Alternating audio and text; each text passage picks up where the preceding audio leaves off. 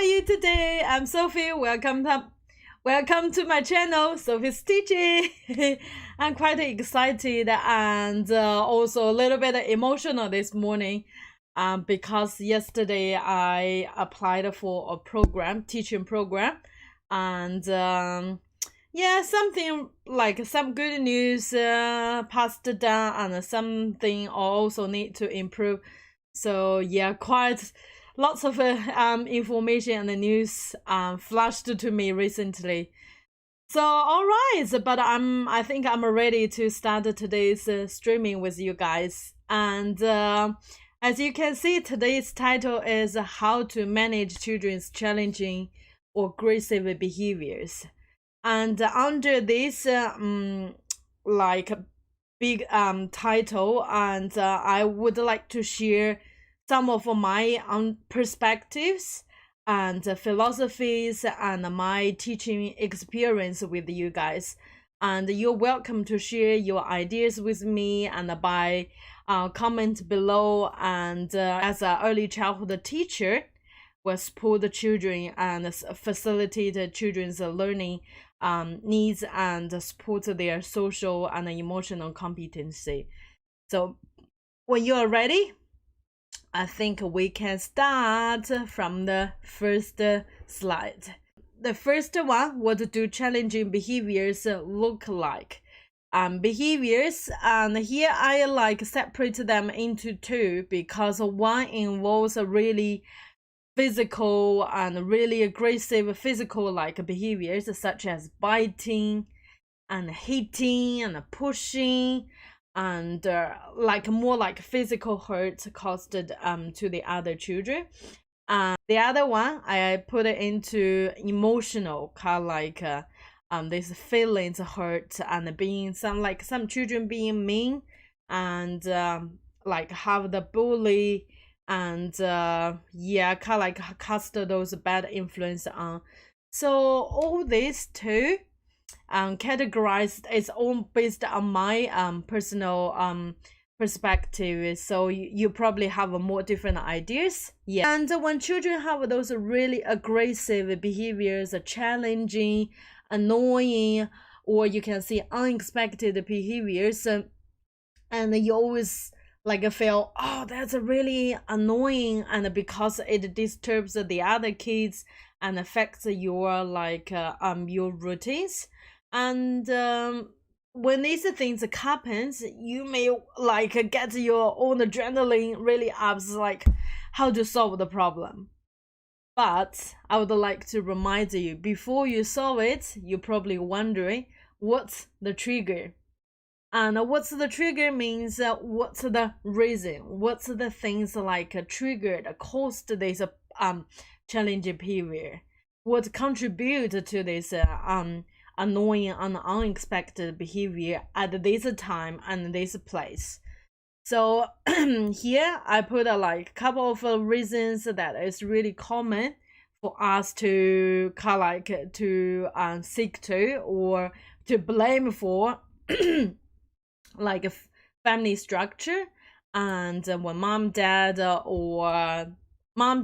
probably get divorced, and you may have a new sibling, especially a new baby shown up for toddlers, especially for toddlers and for young children, that could be a really big news and for them to deal with. You should be aware of them as a parents and also as a teacher or as the other educators who's going to facilitate this children's learning. And second, I put it into parenting. So you have different ways to guide your kids, and after school, that means the way you deal with, the way you treat your kid and or kids actually has a great influence on their the way they treat others. So like you could be an authoritative parent, and you could be a respectful parent, show the respectful parenting. This all matters a lot. And like a third, I put a big event happened, like move to a new home, or lost a family member. I didn't put it down.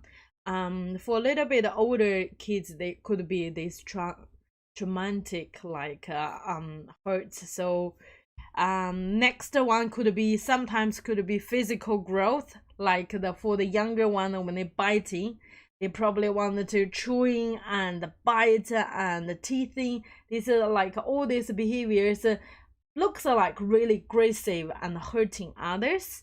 Yeah, yes, physically it is obvious like that way, but could it be because he's having new teeth or new white tooth and all the other physical uncomfortableness or something, the like more energy in a grown up, and then I want to just have some space and I want to practice this like new body parts, like really growing new body parts, not new body parts, growing new body parts. So they would like to see their strengths and to test the boundaries as well. And next one I get from physical to language abilities. Like for the toddlers, you'll probably quite often hear they say no, no, I don't want to do it, and then they'll probably say and use a really aggressive language, say go away, go away, and all these words is they are like really limited language, and you can't expect. It's not like you should understand when they have a really limited language. That's the time you're gonna play a really important role of sport, like offering the really sportive words to them. We will talk about that later.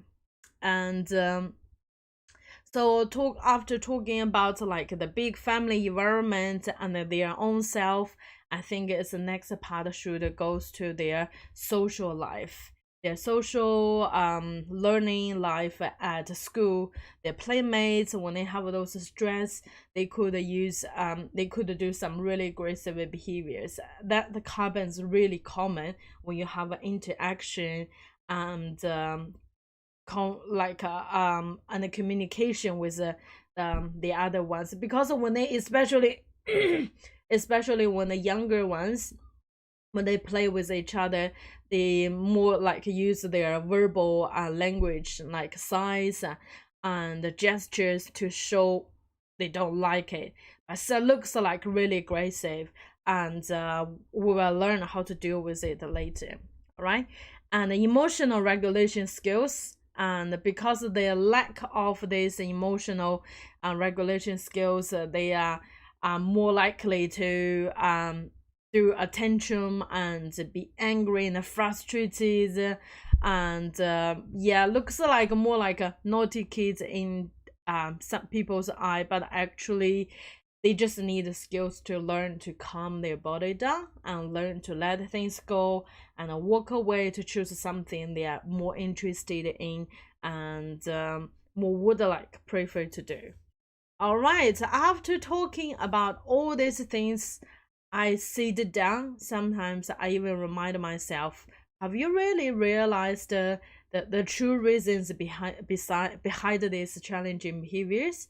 And I could say, yeah, sometimes could be how to say, sometimes could be their characteristics, and they are also their personal needs and their focus, interest, and strengths need to be noticed of. And these are the kind of like the super the top the top parts could be the really superficial reasons, but this the one I highlight could be the reason for these younger children, to resort to aggressive behaviors and why it looks like a little bit violent, a violent way. So if you could understand or try to jump into children's shoes and step into their shoes and think about if this could be the trigger, and is there any other teaching strategies and that I can use and apply to daily teaching practice to support their learning.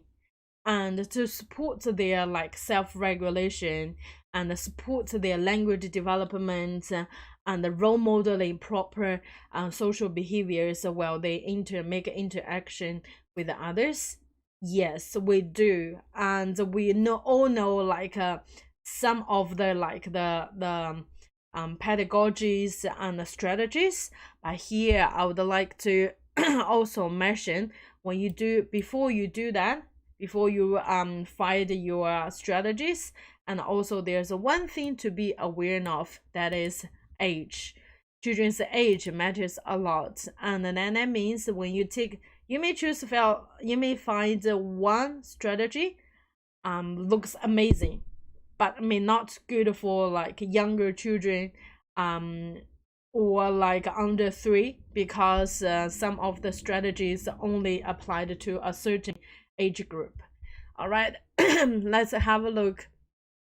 I like roughly categorized it into 3, listed 3, and under 1.5 years old, and under 3, and above 3, and under 1.5 years old. Sometimes they just get bored, because when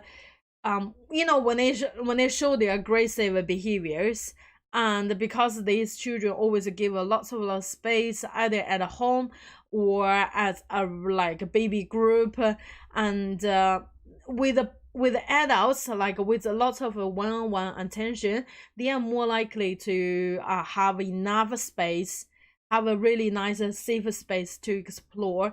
But also means this space may sometimes make them feel like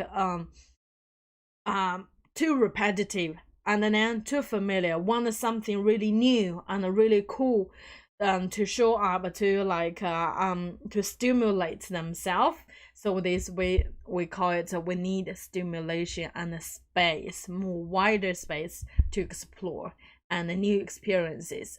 And for children under 3, I found every time when they most of the time when they have challenging behaviors, more like seeking for attention, or they really need the guidance.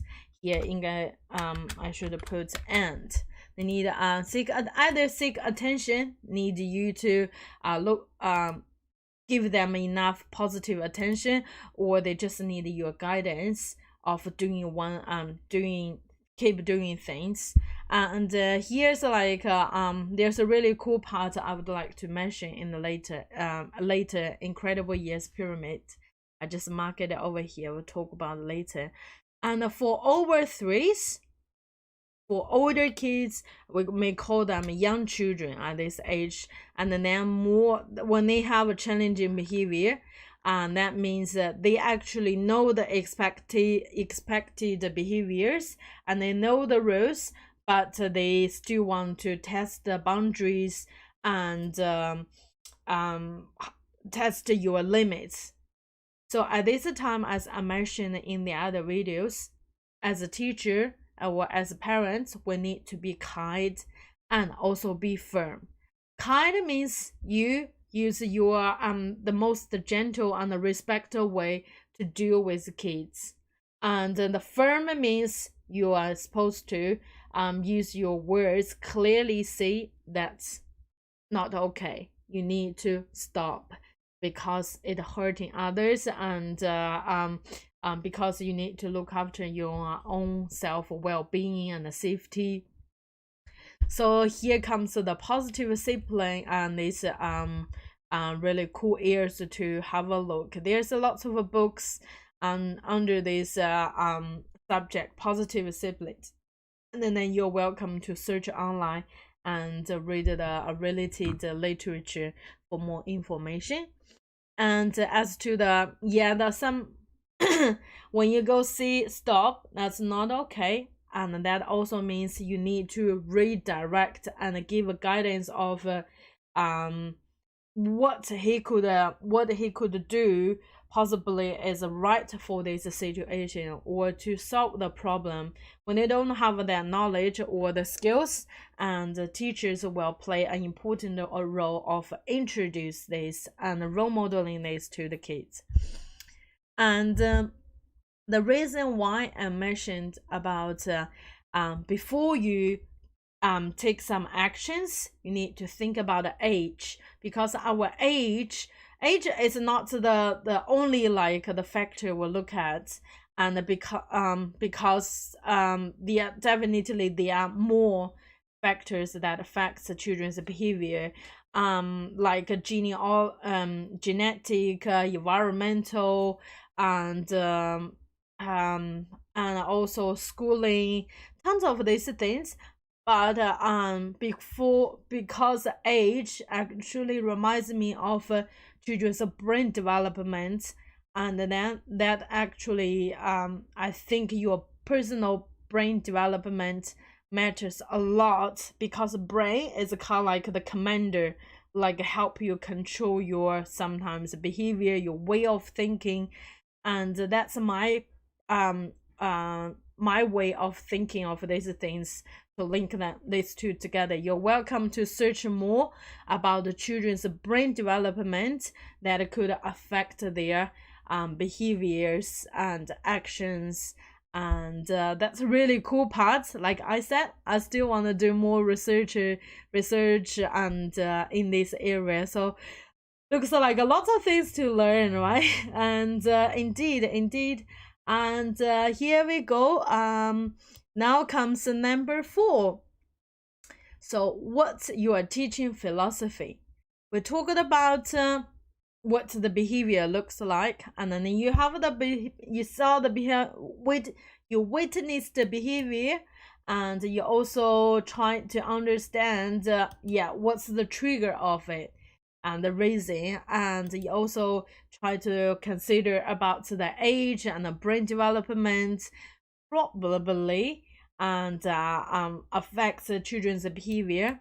And at this time, you also need to use your own teaching philosophy to guide your your strategies and pedagogies. So your teaching strategies matters a lot, and we all have our new we all have your personal teaching strategies, and actually matters a lot. It's about how you treat your job and how you look at this industry and how you look at the children. I would like to put my one down for your reference. I think teaching it should be respectful. That's the basic one. And then you move to, you need to have a professional knowledge. Be professional and have a professional working attitude and and also professional behavior. How to say that? You should have a professional knowledge, and also your teaching abilities. And also be open-minded and be inclusive. So make sure everyone's equal and equity while learning in this environment. And positive, I think that's the most important thing. Positive. When you think positive, you will work in that way as well. So show your passion and your patience, and your that's really great. That's a really great characteristics of being a teacher. So when you are passionate and be patient to children's challenging behavior, then you will get yourself ready to research more, to be intentional. Your intentional makes the differences. When you are result and when you commit to being intentional and attentive teacher, and then you will try to gather all the information and the resources to support children's learning. All right.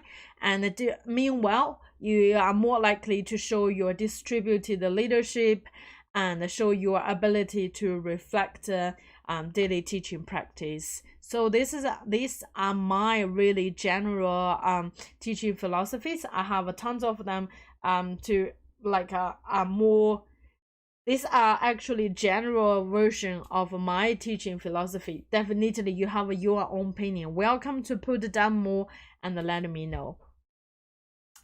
All right. So when you have all this, when you thought about before you jump in and help children, and you also need to get your relationship ready. So relationship is the key. That reminds you to focus on building up a relationship with the children at the very beginning, like the incredible years pyramids. At the bottom is always about the simple, really simple teaching strategies like talking, listening, noticing, and observing, and also playing and praising, encouraging, and guidance, facilitating. All these really basic teaching strategies will be used to support the children's learning. So you may ask how to build up positive and reciprocal and responsive relationship with the children and their families. And I explained in these 2 videos on YouTube already. Please go check under question and answer playlist. You can see how can I get the children involved in an activity and how to support children with special needs. I explained a lot about before you solve a problem, relationship always comes first. Relationship is the key. When you have the key, open the door, you will get yourself ready to help children. Yes. And number 6, let's have a look. I chose a really great model to guide my own teaching behaviors. There's no 2 leaves of any plants are identical. No one, everyone is special, unique, and beautiful. So to start this, to explain my ideas, to explain more my values and perspectives under this title. First, I would like to ask you a question. What's the image of children in your mind? And I quote Tifaliki. So children, here I quote Tifaliki to show children's agency ideas in. You remember Tifaliki, our New Zealand curriculum?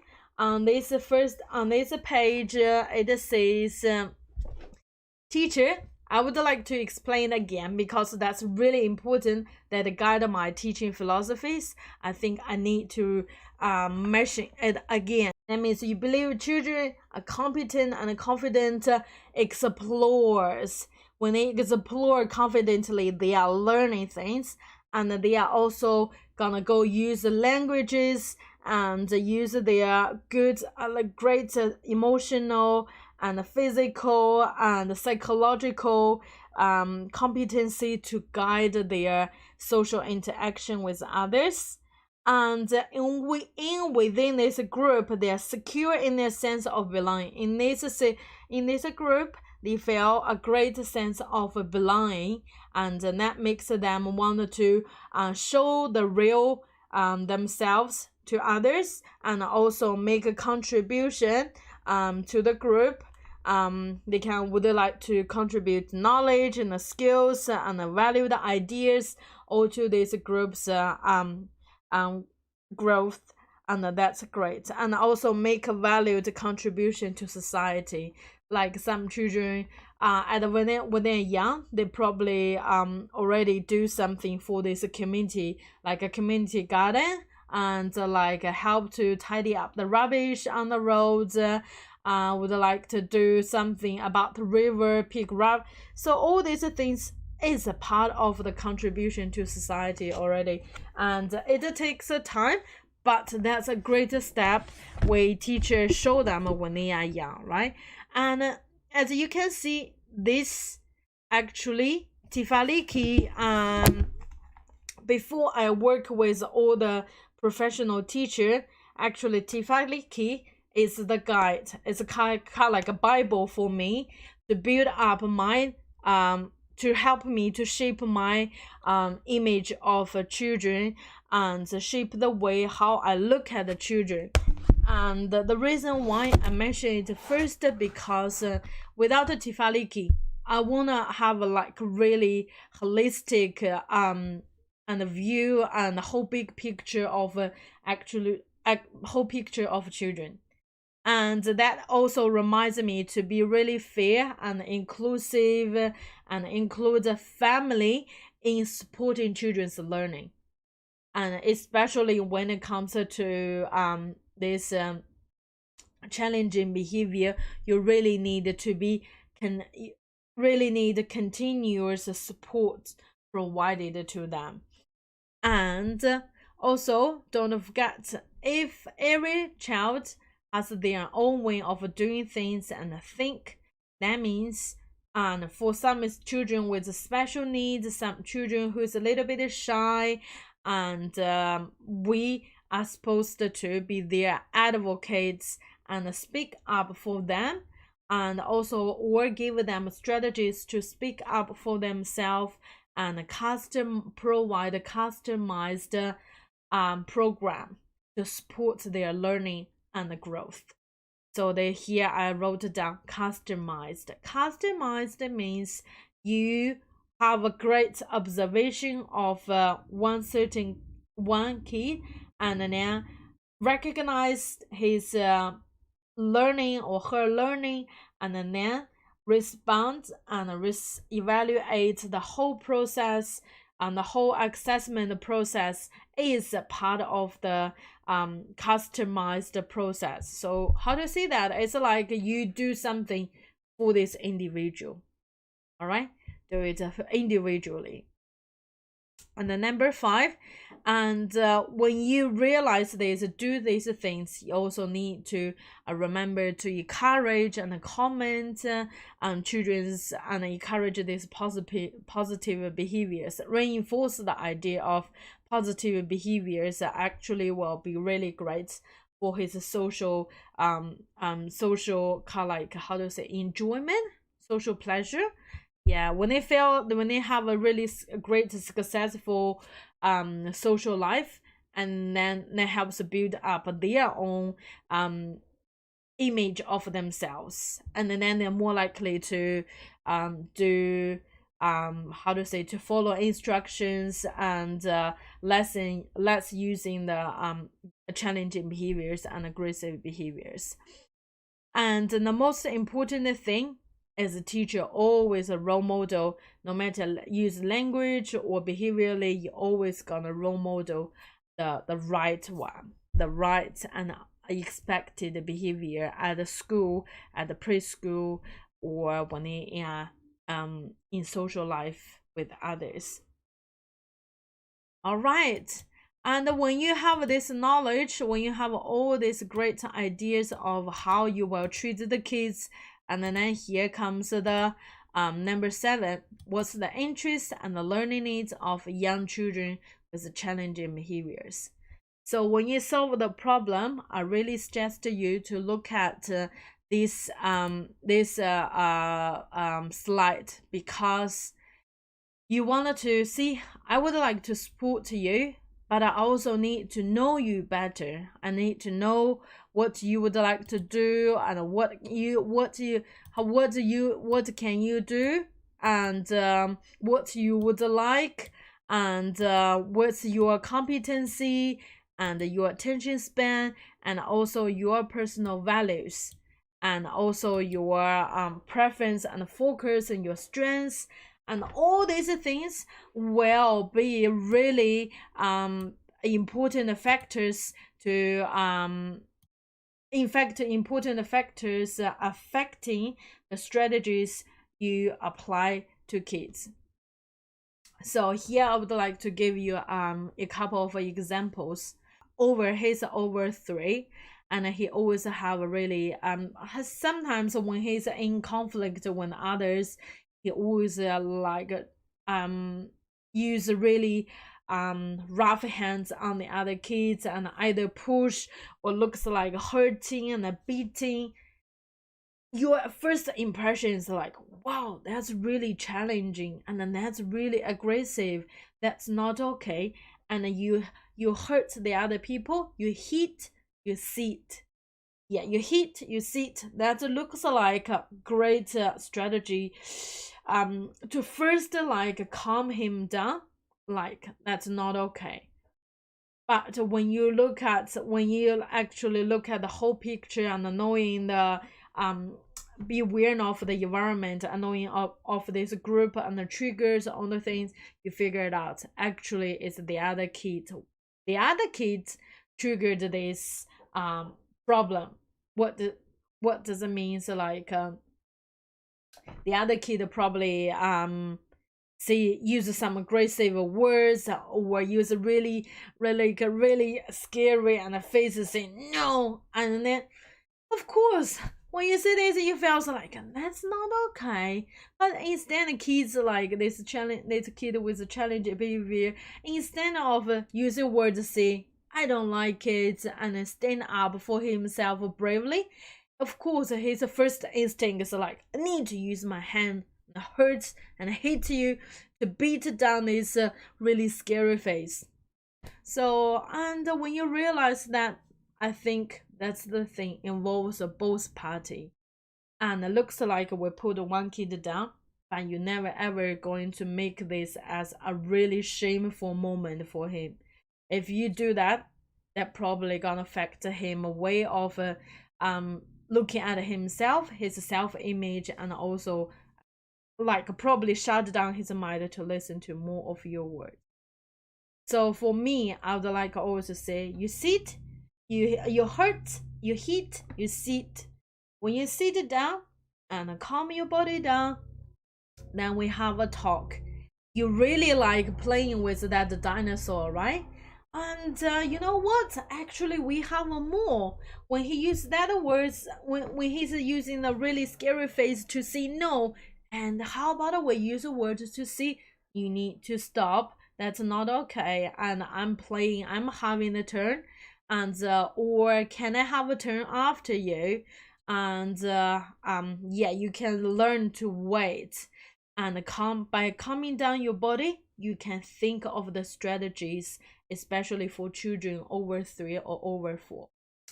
And this time he's more open-minded to your ideas, to your language, and to all your instructions. And then he automatically told me, it's like, I want that dinosaur. I say, okay, cool, let's go find more. How about we go find more?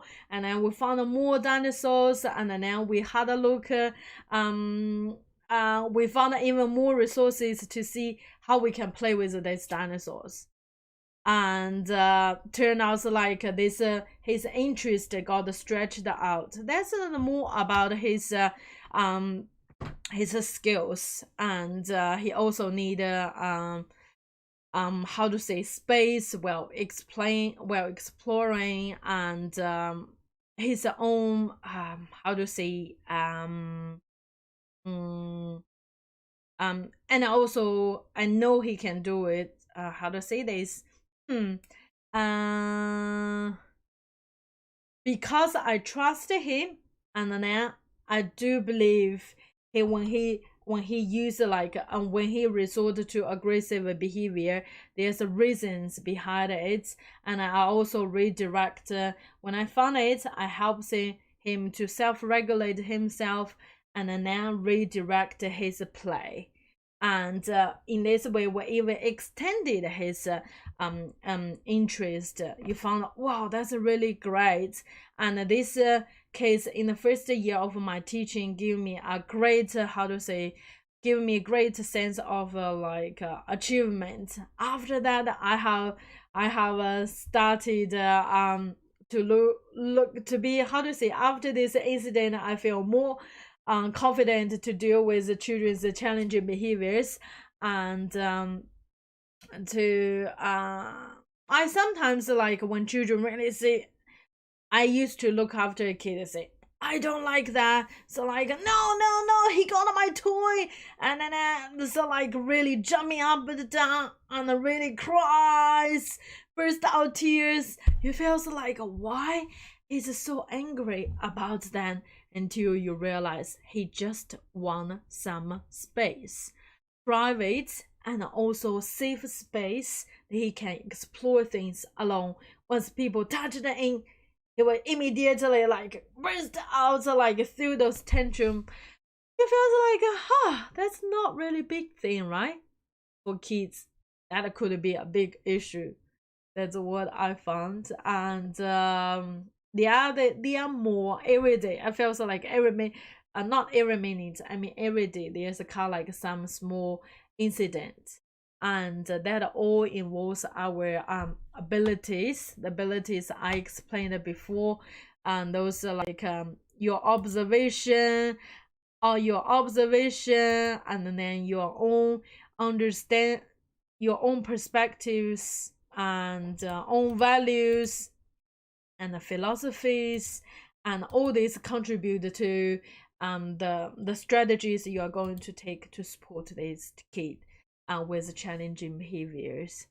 And here we go. And number 8, I mean, since you know that's the things that you would like to focus on, because you want to redirect this kid from his like struggling things, and also wanted to show him actually he could be how to say competent, like well in learning in this space. So the teacher, you probably need to open wide your eyes and then to observe children's play.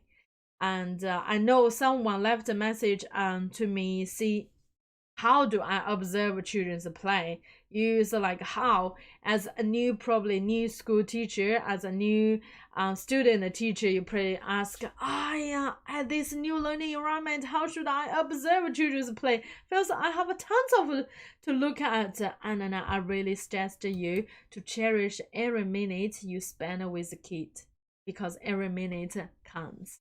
And in this way, you can use notepad to jot down the important like observation and notice of one child's development and play. And welcome to take pictures and videos only for your teaching and study reasons. And also remember to get parents permission for taking pictures and videos. And I also wrote it down, reinforce by sharing your observations with your family, with the children families, with your colleagues. And then you also have the group boarding display, also helps you to reinforce the positive behaviors of children. And yeah, so like even you sometimes see, there's a new kid come to your room, and to check his or her profile books and her last couple years learning stories, and the other colleagues' opinions and comments, and especially families' feedbacks, all help you to get like build up knowledge about these kids' learning interests. When you observe children's play, always remember, look at himself around this group. Lev Vygotsky and Jeremy Bruner remind us to look at the children's play in within a big environment, and more like linked to social and more culturally, because these factors actually affect one person's behavior a lot.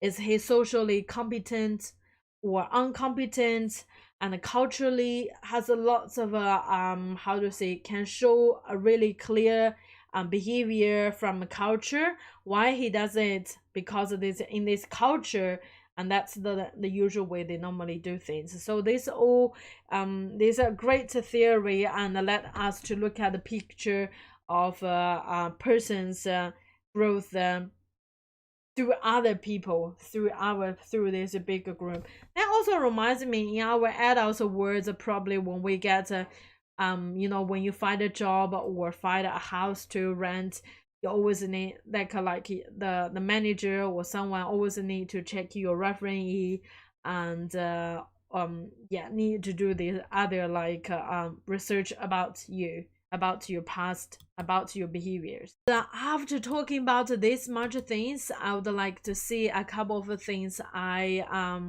and that was really supportive to myself.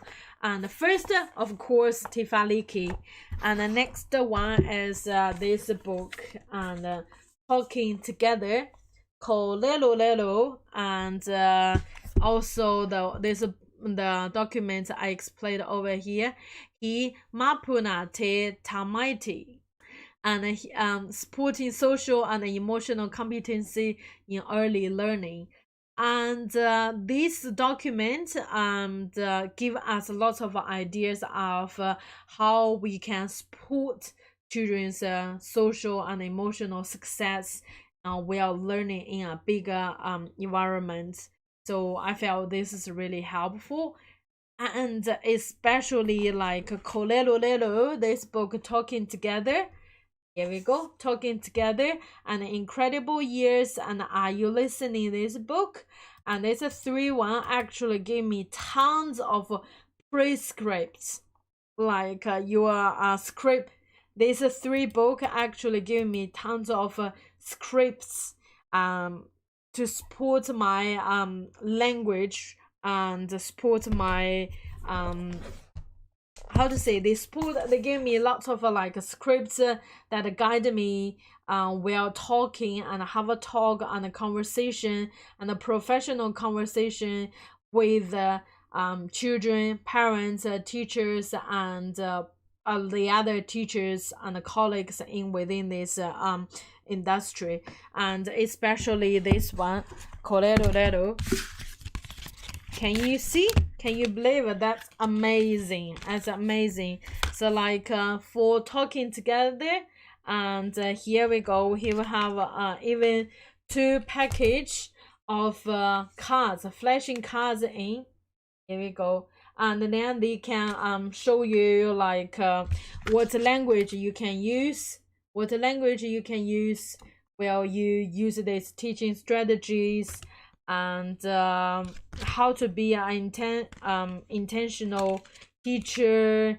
So many really cool things, both sides, and also lots of reflective questions, and to support your research, support your internal evaluation. That's so cool. Descriptive commenting, expanding vocabularies, word and sound play, talking about feelings. Wow, that's a great. So I even said a couple of these, and I even have a role playing and encouraging. We also see giving specific feedback, and reminding, modeling, noticing, acknowledging. All these teaching strategies are really basic, but they have the hugest power. They have the most power. They have the huge power, and they can cast a really powerful influence to children's behavior. And I found this amazing.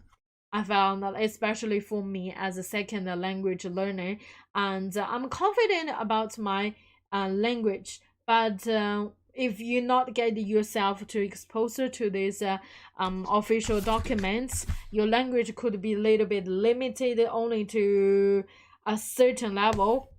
But this these